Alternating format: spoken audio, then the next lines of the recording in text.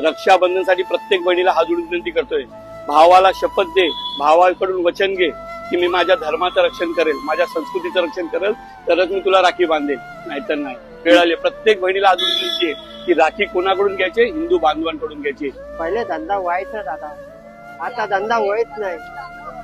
300-400 रुपये पण नाही भेटत. व्हिडिओ बघूनच तुम्ही समजून गेला असेल की माझा आजचा विषय काय असेल. पण ही खरी परिस्थिती आहे. आज आपले हिंदू बांधव आपल्या हिंदू सणाच्या वस्तू विकतात, पण कोणी घेत नाहीये. आणि जे लोक हिंदू धर्माला मानत नाहीत त्यांच्या दुकानामध्ये गर्दी करतायत. लक्षात ठेवा, हे आपला धर्मही टिकवत. बघा त्यांच्या कपाळाचा कुंकू सांगतोय की ते धर्मासोबत एकनिष्ठ आहेत आणि ते लोक धर्म संस्कृती तोडण्यासाठी आलेले. ज्यांना रक्षाबंधन काय, त्यांना गणेश उत्सव काय, त्यांना दिवाळी उत्सव काही घेणं नाही. ते त्यांच्या धर्माचा प्रचार करतायत. हिंदू लोकसंख्या कमी होते आणि आज आपला हिंदू बांधव आपल्या हिंदू बांधवांकडून वस्तू घेत नाहीये. हा जोडून प्रार्थना करतोय. यंदाचा कोणताही धार्मिक उत्सव असेल तो आपल्या हिंदू बांधवांकडूनच खरेदी करा. त्यांच्याकडून खरेदी करू नका. राखी नाही भेटी धागा बांधा, पण हिंदू बांधवाच्या दुकानातूनच घ्या. ते फक्त पोट भरायला आपल्या हिंदू धर्मातल्या वस्तू विकतात. हिंदू धर्माशी हिंदू उत्सवाशी काही घेणं नाहीये. पावित्र्याशी तर अजिबात नाहीये. विनंती करतोय आपल्या हिंदू बांधवांसोबत या.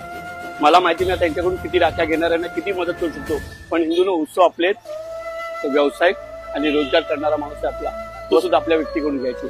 आता पुन्हा तो त्रास झाला नाही पाहिजे. वेळ आलेली आपल्या माणसासोबत उभं राहण्याची. लक्षात ठेवा.